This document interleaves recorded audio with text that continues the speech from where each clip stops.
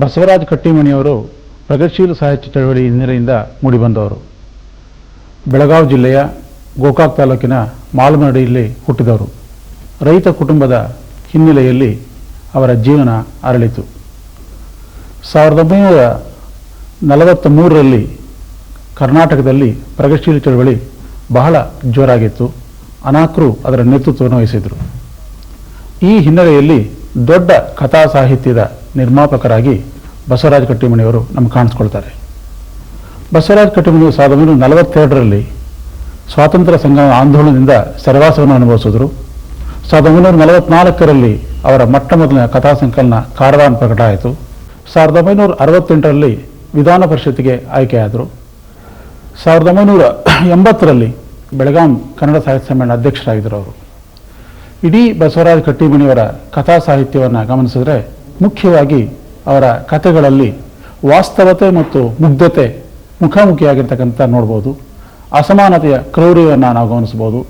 ಬಸವರಾಜ ಕಟ್ಟಿಮನಿಯವ್ರದ್ದು ತುಂಬ ಸರಳವಾದಂಥ ವ್ಯಕ್ತಿತ್ವ. ಅಂದರೆ ಅವರನ್ನು ನೋಡಿದರೆ ಒಬ್ಬ ಲೇಖಕರೇ ಇವರು ಅನ್ನುವಷ್ಟು ಅನುಮಾನ ಬರುವಂಥ ವ್ಯಕ್ತಿತ್ವ. ಆದರೆ ಅವರ ಮನಸ್ಸಿನಲ್ಲಿ ಎಂತಹ ಕ್ರಾಂತಿಕಾರ ವ್ಯಕ್ತಿತ್ವ ಅಡಗಿತ್ತು ಅನ್ನೋದಕ್ಕೆ ಒಂದು ಉದಾಹರಣೆ ಅಂದರೆ ಅವರ ಜರತಾರಿ ಜಗದ್ಗುರು ಕಾದಂಬರಿ.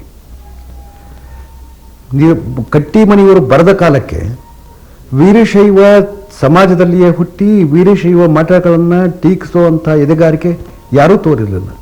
ಆ ಕಾಲಕ್ಕೆ ತಮ್ಮ ಜನಾಂಗದ ತಮ್ಮ ಜಾತಿಯ ಮಠಗಳ ಸ್ವಾಮಿಗಳನ್ನು ಲೇವಡಿ ಮಾಡಿ ಮಠಗಳಲ್ಲಿ ನಡೀತಾ ಇರುವಂಥ ಅನೇಕ ಅವ್ಯವಹಾರಗಳನ್ನು ಬಯಲುಗೆಳೆದವರು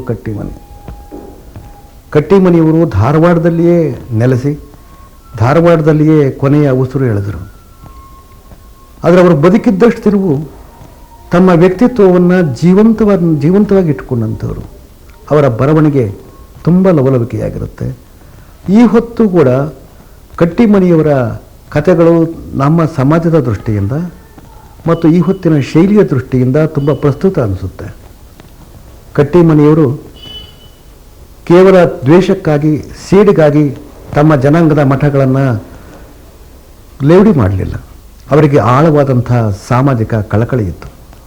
ಈ ಸಮಾಜದ ಮೂಢನಂಬಿಕೆಗಳು ಹೋಗಬೇಕು ಅನ್ನುವಂಥ ತೀವ್ರವಾದಂಥ ಕಾಳಜಿ ಇತ್ತು. ಆ ಕಾಳಜಿಯಿಂದ ಕಾದಂಬರಿಗಳನ್ನು ಬರೆದರು. ಪ್ರಗತಿಶೀಲ ಚಳವಳಿ ನಡೆಸಿದಂಥ ಕಾಲದಲ್ಲೇ ಅವರು ಕಾದಂಬರಿಯನ್ನು ಬರೆದರು. ಅನಾಕರು, ತಾರಾಸು, ನಿರಂಜನ ಇವರ ಎಲ್ಲರ ಸ್ನೇಹ ಅವರಿಗಿತ್ತು. ಆದರೆ ಇವರೆಲ್ಲರಿಗಿಂತ ಭಿನ್ನವಾದಂಥ ರೀತಿಯಲ್ಲಿ ಬರೆದಂಥವರು ಕಟ್ಟಿಮನಿ. ಏಕೆಂದರೆ ಅನಾಕರು ಅವರು ಸಂಪೂರ್ಣವಾಗಿ ಭಾರತ ಪುನರ್ಜೀವನ ಕಡೆ ಹೊರಟರು. ನಿರಂಜನರು ವಾಮವಾದಿ ಸಾಹಿತ್ಯ ಕಡೆ ಹೊರಟರು. ಬಸವರಾಜ ಕಟ್ಟಿಮನಿಯವರು ಸಮಾಜವಾದಿ ದೃಷ್ಟಿಯಿಂದ ಬದುಕು ನೋಡಲು ಪ್ರಯತ್ನಪಟ್ಟರು ಕೊನೆಗಾಲದಲ್ಲಿ. ಈ ಹಿನ್ನೆಲೆಯಲ್ಲಿ ಅವರ ಸುಂಟರಗಾಳಿ ಕಥಾ ಸಂಕಲನದಲ್ಲಿ ದೇವರಾಣೆ ಮಾಡಿ ಕಥೆಯನ್ನು ನಾವು ಗಮನಿಸ್ಬೋದು. ಈ ಕತೆ ನ್ಯಾಯಾಲಯದಿಂದ ಪ್ರಾರಂಭವಾಗಿ ನ್ಯಾಯಾಲಯದಲ್ಲಿ ಮುಕ್ತಿಯಾಗುತ್ತೆ.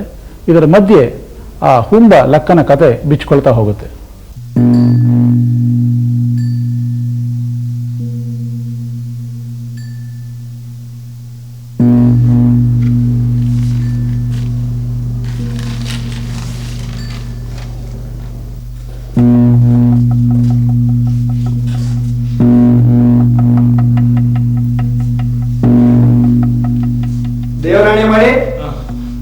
ದೇವರಾಣೆ ಮಾಡಿ ಸತ್ಯ ಹೇಳ್ತೇನೆ. ಸತ್ತ ಹೇಳ್ತೀನಿ. ಸತ್ತ ಅಲ್ಲೋ ಹುಂಬ, ಸತ್ಯ ಸತ್ಯ ಅಂದ್ರೆ ಕರೆ ಹೇಳ್ತೀನಿ. ಕರೆ ಹೇಳ್ತೀನಿ. ನನ್ನ ಮುಂದಲ್ಲೋ ನೀ ಕರೆ ಹೇಳ್ಬೇಕಾದ್ದು. ಮಧ್ಯಾಹ್ನ ಕೋರ್ಟ್ನಾಗ ಮ್ಯಾಜಿಸ್ಟ್ರೇಟ್ ಮುಂದೆ ಹೇಳ್ಬೇಕು. ಅವ್ರು ಕೇಳಿದ್ದಕ್ಕೆಲ್ಲ ಸರಿಯಾಗಿ ಹೇಳಿದ್ರ ಬದುಕೊಂತಿ, ಇಲ್ಲ ಅಂದ್ರ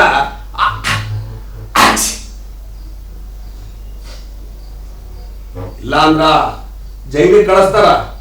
ನಾನ್ ಕುಡಿಲಿಲ್ಲ ಸಾಹೇಬ್ರ, ಇವರು ಸುಮ್ನ ನಾನು ಹಿಡ್ಕೊಂಡ್ ಬಂದಾಗ ಅವತ್ತು ನಾನು ಹಿಂಗ ಹೊರಟಿದ್ದೆ. ಅವತ್ತು ಈ ಪೊಲೀಸ್ ಯಾರು ವಕೀಲರು ನೀಡಿದ್ರ ಇದ್ರ ಕೋರ್ಟ್ನಾಗ ವಾದ ಮಾಡಲಿಲ್ಲ ಅಂದ್ರ ನೀನು ಉಳಿಯೋದು ಶಕ್ತಿಲ್ಲ ಲೆಕ್ಕ ತಿಳಿ. ನೀ ಜೈಲಾಗ ಹೋಗ್ಬಿಡ್ಬೇಕಾಗ್ತೈತಿ. ವಕೀಲರ ನೀಡುದಂದ್ರ ಅದಕ್ಕ ರೊಕ್ಕ ಬೇಕಲ್ಲ ಕಾಮಣ್ಣ. ಅಲ್ಲ ರೊಕ್ಕ ಇದ ಪುಕ್ಕಟ ಕೇಳಿಕೆ ಅವ್ರ ನಿಮ್ಮ ಮಾಮ ರೊಕ್ಕ ಅಂದ್ರೆ ಎಷ್ಟು ಬೇಕಾಗ್ಬೋದು ಕಾಮಣ್ಣ? ನೋಡ್ಲಕ್ಕ ವಕೀಲರಿಗೆ ಒಂದು 50 ರೂಪಾಯಿ ಕೊಡ್ಬೇಕಾಗ್ತೈತಿ. ಬೇರೆಯವರಿಂದ ಅವ್ರು ಯಾವಾಗಲೂ 100 ರೂಪಾಯಿ ತಗೋತಾರ. ನಾವು ಭಾಳ ದೋಸ್ತಿ ನೋಡು, ಅದಕ್ಕೆ ನಿಮ್ದು ಒಂದು ಕೇಸ್ನ ನಾ ಹೇಳಿದೀನಿ ಅಂತ 50 ರೂಪಾಯಿ ಇಳಿಸ್ಕೊಂಡು ಒಪ್ಕೋಬೋದು. ನೋಡಪ್ಪ, ಈ ಊರಿಂದ ಕೋರ್ಟ್ ಹೋಗಿ ಬರೋ ಖರ್ಚು, ಇನ್ನ ಸಾಕ್ಷಿದಾರರ ಖರ್ಚು, ಹಾಗೇನೆ ಆ ಪಂಚನಾಮ ಬರೀತಾರಲ್ಲ ಪಂಚರ್ ಖರ್ಚು, ಮತ್ತು ಆ ಕಾರ್ ಕುಂದ್ರು ಕೋರ್ಟ್ನಾಗ ಕಾರ್ ಕುಂದ್ರಲ್ಲ ಅವ್ರ ಚಹಾ ಖರ್ಚು, ಈಗ ಆ ಖರ್ಚು ಈ ಖರ್ಚು ಅಂತ ಎಲ್ಲ ಸೇರಿ ಇನ್ನೂ 50 ರೂಪಾಯಿ ಬೇಕಾಗ್ತೈತಿ. ಎಲ್ಲ ಒಟ್ಟು ಬರೋಬರಿ 100 ರೂಪಾಯಿ ಬೇಕಾಗ್ತದೆ ನೋಡಪ್ಪ. 100 ರೂಪಾಯಿ? 100 ರೂಪಾಯಿ ಎಲ್ಲಿಂದ ತರಲಿ ಕಾಮಣ್ಣ? ಏನಿಲ್ಲ ಅಂದ್ರೆ ನನ್ನೇನ್ ಕೇಳ್ತೀಯ? ನೋಡೋ, ನೀನು ಜೈಲು ಹೋದ್ ಬೇಡ ಅಂದ್ರ ಯಾರ ಮನಿ ಹೊಡೆದಾರ ತಗೊಂಡ್ ಬಾ, ಬೇಡ ಅಂದ್ರ ಬಿಡು. ಕುಡಿಬಾರ್ದಾಗಿತ್ತು, ಕುಡಿದು ಈ ಪ್ರಸಂಗದಾಗ ಸಿಕ್ಬಿದ್ದೇನೆ. ಈಗ ಇದರಿಂದ ಪಾರಾದ್ರೆ ಸಾಕಾಗೈತಿ. ಇನ್ನು ಮನೆ ಹೊಡಿಯಾಗ ಮನೆಯಾಗ ಜೋಳದ ಸಹಿತ ರೊಕ್ಕ ಇಲ್ಲ ಕಾಮಣ್ಣ. ಇದ್ರ ನಾ ಏನ್ ಮಾಡ್ಲಿ? ನೋಡ, ಜೈಲ್ ಹೋಗಿ 2 ವರ್ಷ ಕೈ ಕೊಳ ಹಾಕೊಂಡು ಮನ ಮರ್ಯಾದಿಗೆ ಹಾಕೊಂಡು ಹಂಗೆ ಬಾಳ್ಬೇಕು ಅಂತಿದ್ರ ಹೋಗ್, ಇಲ್ಲ ಅಂದ್ರ ರೊಕ್ಕ ತಗೊಂಡ್ ಬಾ. 2 ವರ್ಷ 2 ವರ್ಷ ಶಿಕ್ಷೆ ಕೊಡ್ತಾರಂತೀಯ ಕಾಮಣ್ಣ? ಕುಡಿದು ಕರೆ ಅಂತ ತಪ್ಪಿಕೊಂಡ್ಬಿಟ್ರ ಕ್ಷಮ ಮಾಡಿ ಬಿಟ್ಬಿಡ್ತಾರಂತಲ್ಲ? ಯಾವ ಹುಂಬ ಹೇಳಿದ್ನ ನಿನಗ? ಈಗ ಹಂಗೆಲ್ಲ ಮಾಡ್ಲಿಕ್ಕೆ ಬರೋದಿಲ್ಲ. ಸರ್ಕಾರದವರು ಬಹಳ ಕಠಿಣ ಕಾಯ್ದೆ ಮಾಡ್ಯಾರ. ಹಿಂಗ ನಿನ್ನಂಗ ಒಬ್ಬ ಸ್ವೀಟ್ ಕುಡ್ತಿದ್ದಂತ, ಅವನ್ಗ 2 ವರ್ಷ ಸಜಾ ಮಾಡಿ 1,000 ರೂಪಾಯಿ ದಂಡ ಹಾಕಿದ್ರಂತ. ದಂಡ ಕಟ್ಲಿಕ್ಕೆ ಆಗಲಿಲ್ಲ ಅಂತ ಅವ್ರ ಮನಿ ಜಪ್ತು ಮಾಡೋದಂತ, ತಿಳಿತೇನು?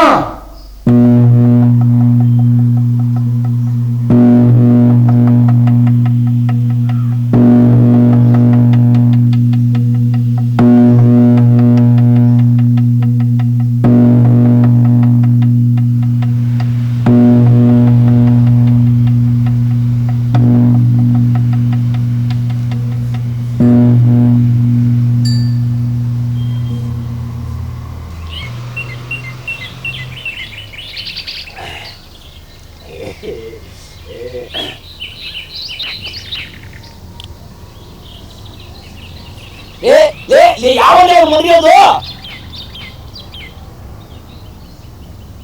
ಓ ಲಕ್ಕ, ಅಲ್ಲಿ ಕುಂತೇರ್ ಮಾಡಿಯೋ ನೀನು. ಒಂದೆರಡು ಕುಡಿ ಬಾ. ಬಾ ಬಾ ಬಾ.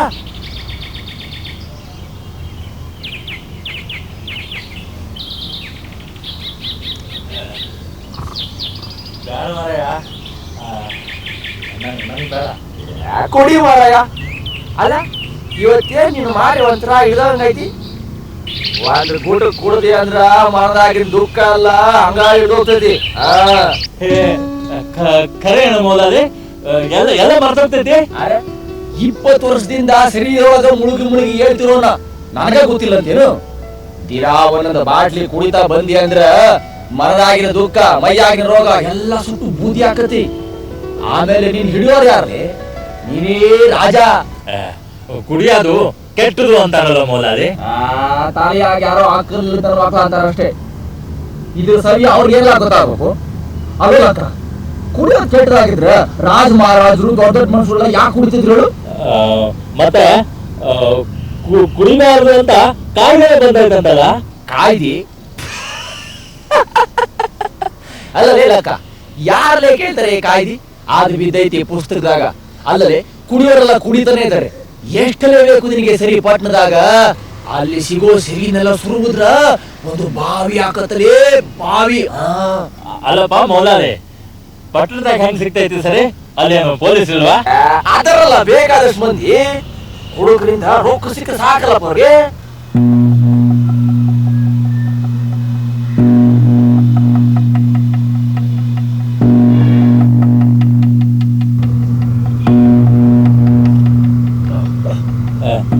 ಕುಡಿದ್ರೆ ಏನು ಆಗಲ್ಲ. ಕುಡಿಯಪ್ಪ ಅಂತೀನಿ.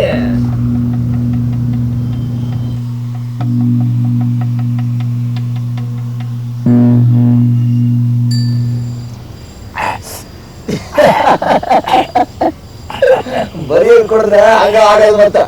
ಇರು ಇದ್ರ ಸಂಗ ತಿನ್ನಾಕ ಏನೋ ತಗೊಂಡ್ ಬರ್ತೀನಿ. ಮತ್ತ ನಾ ಬರೋ ಮಠ ಪೂರ್ತಿ ಕುಡಿದು ಬಿಟ್ಟಿಯ ನನಗೂ ಉಳಿಸು. ಬರ್ತೇನೆ.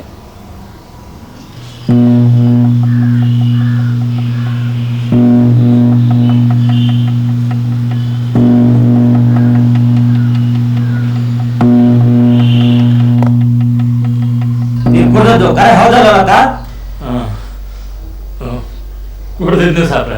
ಏನ್ ಕೊಡ್ತಿದ್ದೆ? ಗೊತ್ತಿದ್ರೆ ಸ್ಪಿರಿಟ್ ಇರ್ಬೋದು. ಇದಕ್ಕೆ ಮೊದಲು ನಾನೆಂದೂ ಕುಡ್ದವನಲ್ರಿ. ನಿಜವಾಗಿ ಕರೆ ಸಾಬ್ರ, ಹಿಂದೂ ಕುಡ್ದವನಲ್ಲ ಅವನ. ನನ್ನ ಗೆಳೆಯ ಒಬ್ಬವ ಬಹಳ ಕಾಡ್ಸಿ ಕುಡಿಸದಂತ ಕುಡ್ಬೇಕಾತ್ರಿ. ನನ್ನ ಹೆಸರೇನು?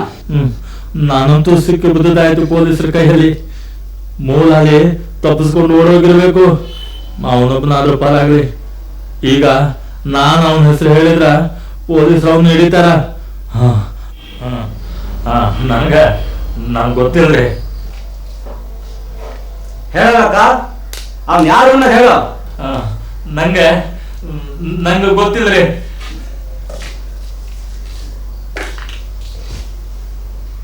ನೋಡಲಕ್ಕ, ಅವನ ಹೆಸರು ಹೇಳಿದ್ರೆ ನೀನು ಬಿಟ್ಬಿಡ್ತೀನಿ.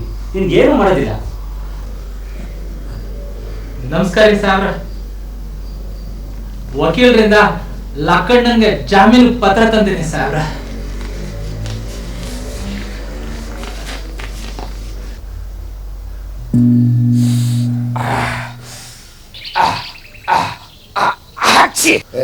ಈ ಜಗ ಬಿಡುವ ನೋಡಿ ನೀನು.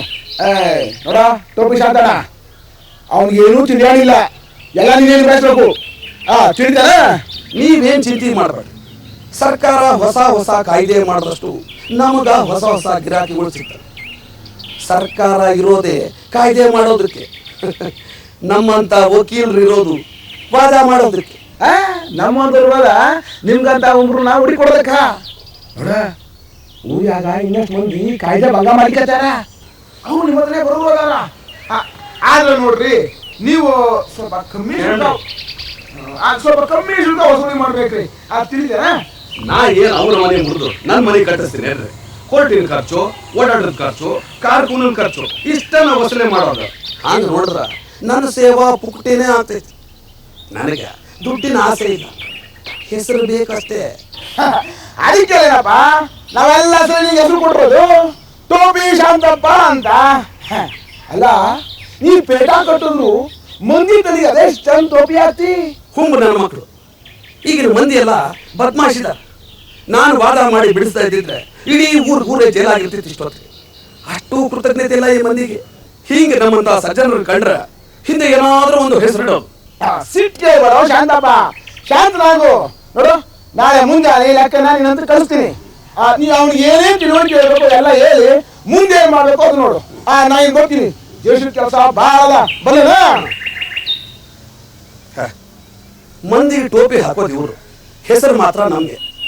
ಹೀಗಂತಾರ ಅಂತಲೇ ತಲೆ ಮುಂಡಾಸ್ ಕಟ್ಟಿದ್ರು ಟೋಪಿ ಶಾಂತಣ್ಣ ಅನ್ನೋದು ಬಿಡಲಿಲ್ಲ. ತಡ್ರು ಏನಾದ್ರು ಅನ್ಕೊಳ್ಳಿ, ಕಾಯಕವೇ ಕೈಲಾಸ.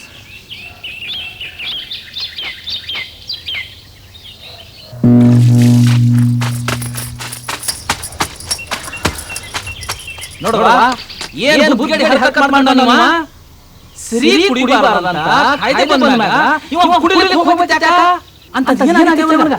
ಮತ್ತಿನ್ನೇನ್ ಮಾಡ್ತಾರ? ಮನೆಯಾಗ ಸೂತ್ರ ಒಂದ್ ಕಾಡ್ ಜ್ವಾಳ ಇಲ್ಲ. ಮಕ್ಳು ಹಸ್ಕೊಂಡ್ ಓಡಾಡ್ತಾರ. ಅವರು ದಿವ್ಸಿಡೀ ಎಲ್ಲಾ ಕಡೆ ಅಲದ್ ಬರ್ತಾರ. ಎಲ್ಲೂ ಕೆಲಸ ಸಿಗ್ವಲ್ದು. ಅದು ಅಲ್ದ ಈಗ ಎಲ್ಲಾ ಕಡೆ ಸ್ವಾತಂತ್ರ್ಯದ ಗಲಾಟೆ ಅದ. ಅದಕ್ಕ ಬ್ಯಾಸ್ರಿಕ್ ಹಿಂಗೆ ನಾನು ಮಾಡ್ಕೊಂಡಿರ್ಬೇಕು. ಕುಡ್ದಿದ್ದು ಕರೆ ಇದ್ರು ಪೊಲೀಸರು ಯಾಕೆ ಸಿಗ್ಬೇಕಿತ್ತ? ಸಿಕ್ ಬಿದ್ರೆ ನಾ ಕುಡ್ದಿಲ್ಲ ಹಂಗೆ ಸುಮ್ಮನೆ ಹಿಡ್ಕೊಂಡಿದ್ದ ಅಂತ ಜಾಬ್ ಮಾಡ್ಬೇಕಿತ್ತು.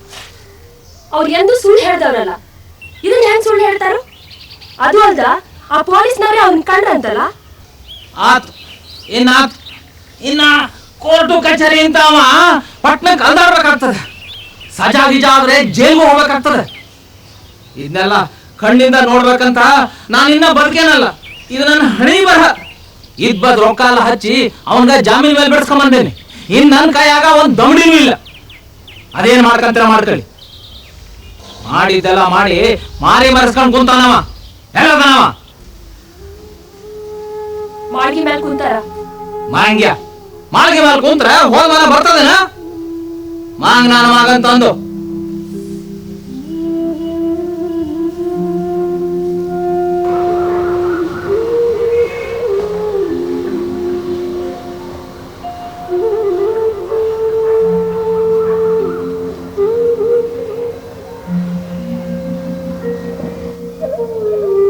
ಅಲ್ಲೋ ಹಂಗೆ ಯಾಕೆ ಹೇಳಕ್ ಹೋಗಿದ್ದಿ?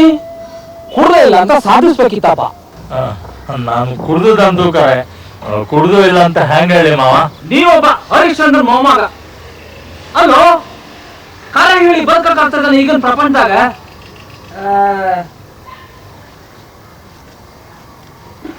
ಜೈಲ್ ಹೋಗಿ ಬೀಳು ಹೋಗು. ನಾವಾರ ಏನ್ ಮಾಡಕ್ಕಾಗ್ತದ?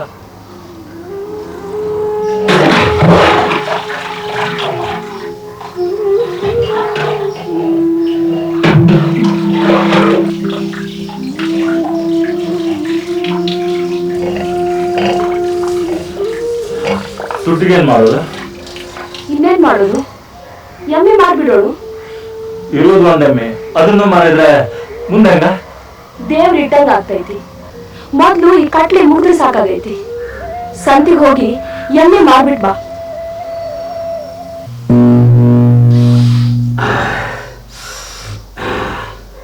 ನಾನ್ ಈಗ ಹೇಳ್ಕೊಟ್ನಲ್ಲ, ಹಾಗೆ ಮ್ಯಾಜಿಸ್ಟ್ರೇಟ್ರ್ ಮುಂದೆ ಹೇಳ್ಬೇಕು. ಲಕ್ಕ ಗಾಬರಿಯಾಗಿ ಬೇರೆ ಏನಾದ್ರೂ ಒದರಿದ್ಯೋ ಒದ್ದು ಜೈಲ್ಗೆ ಹಾಕ್ತಾರ. ತಿಳಿತಾ? ತಿಳಿತು. ಅವ್ರು ಬ್ಯಾರೆ ಏನಾರ ಕೇಳಿದ್ರೆ ಏನ್ ಹೇಳ್ಬೇಕ್ರಿ? ಅವ್ರು ಯಾಕೋ ಬೇರೆ ಕೇಳ್ಯಾರ? ನಿನ್ನ ಮುಂದೆ ಏನ್ ಕಟ್ಲೆ ಇರೋದು? ದಿನ ಬೆಳಗಾದ್ರೆ 3 ಕಟ್ಲೆ ಇರ್ತಾವ. ದಡ್ಡವ್ರು ಆಟ ನಡೆಸ್ತಾರ. ಈಗ ನಾನು ಕೇಳಿದ್ನಲ್ಲ ಹಾಗೆ ಅವರು ಕೇಳ್ತಾರ. ಸಮಾಧಾನವಾಗಿ ಗಾಬರಿ ಪಡೆದೆ ಉತ್ತರ ಹೇಳು. ತಿಳಿತಾ?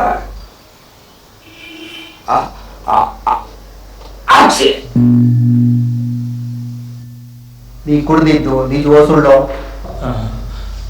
ನಾ ಕುಡ್ದದ್ದು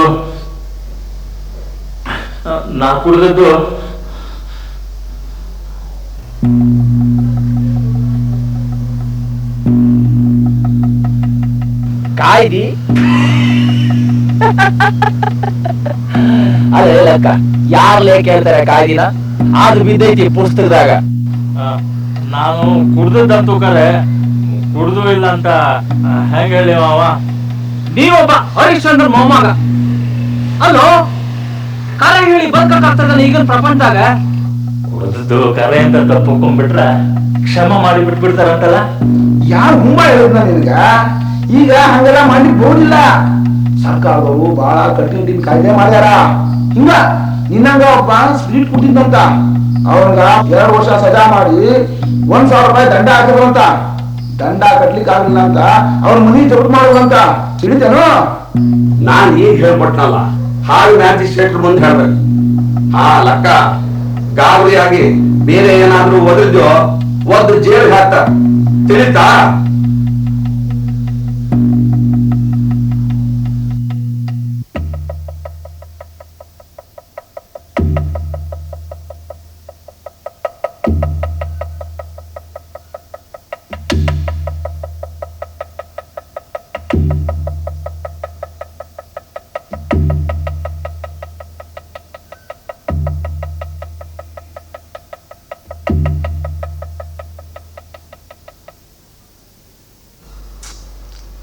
ಯಾಕೆ ತಡ ಮಾಡ್ತಾ ಇದ್ದಾನೀವ?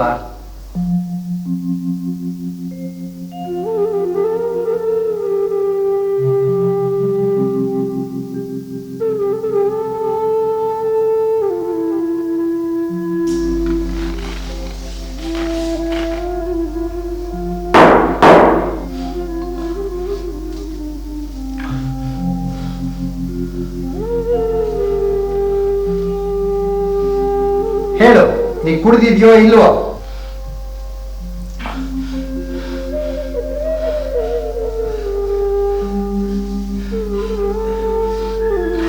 ಸಾವಿರ ಅದು ಅದು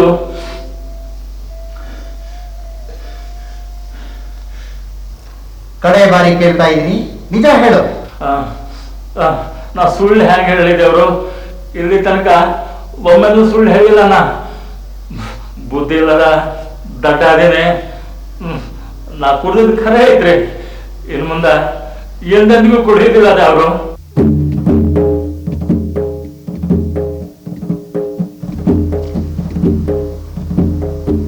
ಊಟದ ವಿರಾಮದ ನಂತರ ಈ ಮೊಕದ್ದಮೆ ತೀರ್ಪನ್ನು ನೀಡಲಾಗುತ್ತದೆ. ಹಂಗ್ಯಾಕೆ ಹೇಳಿದ್ರು ಹುಂಬ? ನಾ ಹೇಳ್ಕೊಟ್ಟಾಗ ಯಾಕೆ ಹೇಳಿಲ್ಲ? ಕೆಲಸ ಎಲ್ಲ ನಡೆಸ್ಬಿಟ್ಟು ನೋಡು. ನಿಮ್ಮಂತ ಮೂರ್ಖರು ಕೇಸ್ ಹಿಡಿದು ನನ್ನ ಹೆಸರು ಕೆಡೋಂಗಾಯ್ತು. ಇನ್ನು ನಿಮಗೆ ಜೈಲ ಕಾಯ. ಅಲ್ವೋ, ಕುಡ್ದಿದ್ ಖಾಯ ಅಂತ ಹೇಳೋದಾಗಿದ್ರೆ ವಕೀಲರಿಟ್ಟು ರೊಕ್ಕ ಯಾಕೆ ವ್ಯರ್ಥ ಮಾಡ್ಬೇಕಾಗಿತ್ತು? ಓ, ಮನೆಯಾಗಿದ್ದು ಒಂದು ಎಮ್ಮೆ ಮಾಡಿದ್ದು ರೊಕ್ಕ ಅಲ್ಲ, ವ್ಯರ್ಥ ಆಯ್ತಲ್ಲೋ. ಇನ್ ನಾ ಏನ್ ಮಾಡ್ಲಿ? ಅನುಭವಿಸು.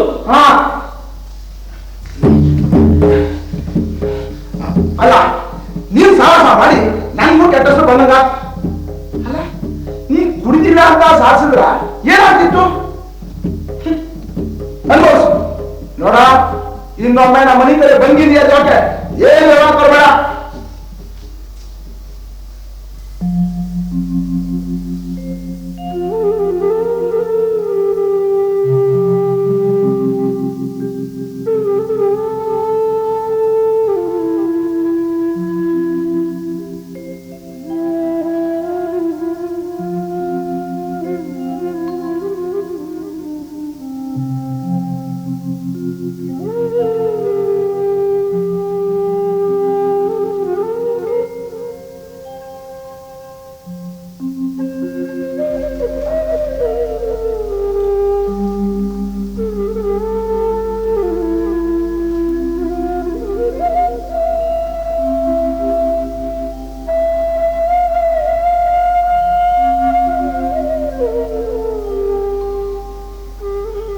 ಆರೋಪಿ ತಪ್ಪನ್ನೊಪ್ಪಿಕೊಂಡು ಕ್ಷಮೆಯಾಚಿಸಿದ್ದಾನೆ. ಅವನು ಕುಡಿದಿದ್ದು ಇದೇ ಮೊದಲ ಬಾರಿಯಾದ್ದರಿಂದ ಈ ಸಲ ಎಚ್ಚರಿಕೆ ಕೊಟ್ಟು ಬಿಡುಗಡೆ ಮಾಡಲಾಗಿದೆ.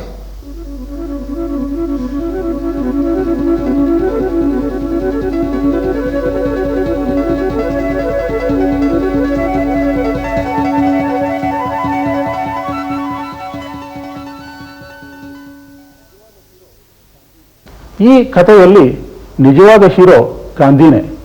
ಏಕೆಂದರೆ ನ್ಯಾಯಾಧೀಶರ ಹಿಂದೆ ತೂಗು ಹಾಕಿರ್ತಕ್ಕಂಥ ಗಾಂಧಿ ಚಿತ್ರದಿಂದ ಇವನ ಮನಸ್ಸು ಸುಳ್ಳು ಹೇಳಬೇಕಾಗಿರ್ತಕ್ಕಂಥ ಈ ವ್ಯಕ್ತಿ ನಿಜವನ್ನು ಹೇಳ್ತಾನೆ ಮತ್ತು ಈ ವ್ಯಕ್ತಿ ಕೊನೆಗೆ ಸತ್ಯವನ್ನು ಬಯಲು ಮಾಡ್ತಾನೆ. ಸತ್ಯಮೇವ ಜಯತೆ ಅಂತಕ್ಕಂಥ ಮಾತನ್ನು ಎತ್ತಿ ಹಿಡಿತಾನೆ. ಈ ಹಿನ್ನೆಲೆಯಲ್ಲಿ ಗಮನಿಸಿದಾಗ ಏನಾಗುತ್ತೆ, ಅಜ್ಞಾನ, ಮುಗ್ಧತೆ ಇವನಲ್ಲಿ ಕಂಡುಬರುತ್ತೆ. ಶೋಷಣೆ ಮತ್ತು ನಗರ ಜೀವನದ ಒಂದು ಕ್ರೌರ್ಯ ಪರೋಕ್ಷವಾಗಿ ಈ ಕಥೆಯಲ್ಲಿ ಕಂಡುಬರುತ್ತೆ ಮತ್ತು ಬ್ರಿಟಿಷರ ಒಂದು ದಬ್ಬಾಳಿಕೆಯ ಒಂದು ವಾತಾವರಣ ಕೂಡ ಈ ಚಿತ್ರದಲ್ಲಿ ಕಂಡುಬರುತ್ತೆ. ಒಟ್ಟು ಈ ಕಥೆಯನ್ನು ಗಮನಿಸಿದಾಗ ಈ ಕಥೆಯಲ್ಲಿ ಸಂಕೀರ್ಣತೆಗೆ ಹೆಚ್ಚು ಅವಕಾಶ ಇಲ್ಲ. ಕತೆ ಸರಳವಾಗಿ ನೇರವಾಗಿ ಬೆಳ್ಕೊಂಡು ಹೋಗುತ್ತೆ. ಈ ಮಧ್ಯೆ ಹುಂಬ ಲಕ್ಕ ಎಲ್ಲದರೂ ಸಾಕ್ಷಿಯಾಗಿ, ಎಲ್ಲರ ಪ್ರಜ್ಞೆಯ ಸಾಕ್ಷಿಯಾಗಿ ಇಲ್ಲಿ ನಿಲ್ತಾನೆ.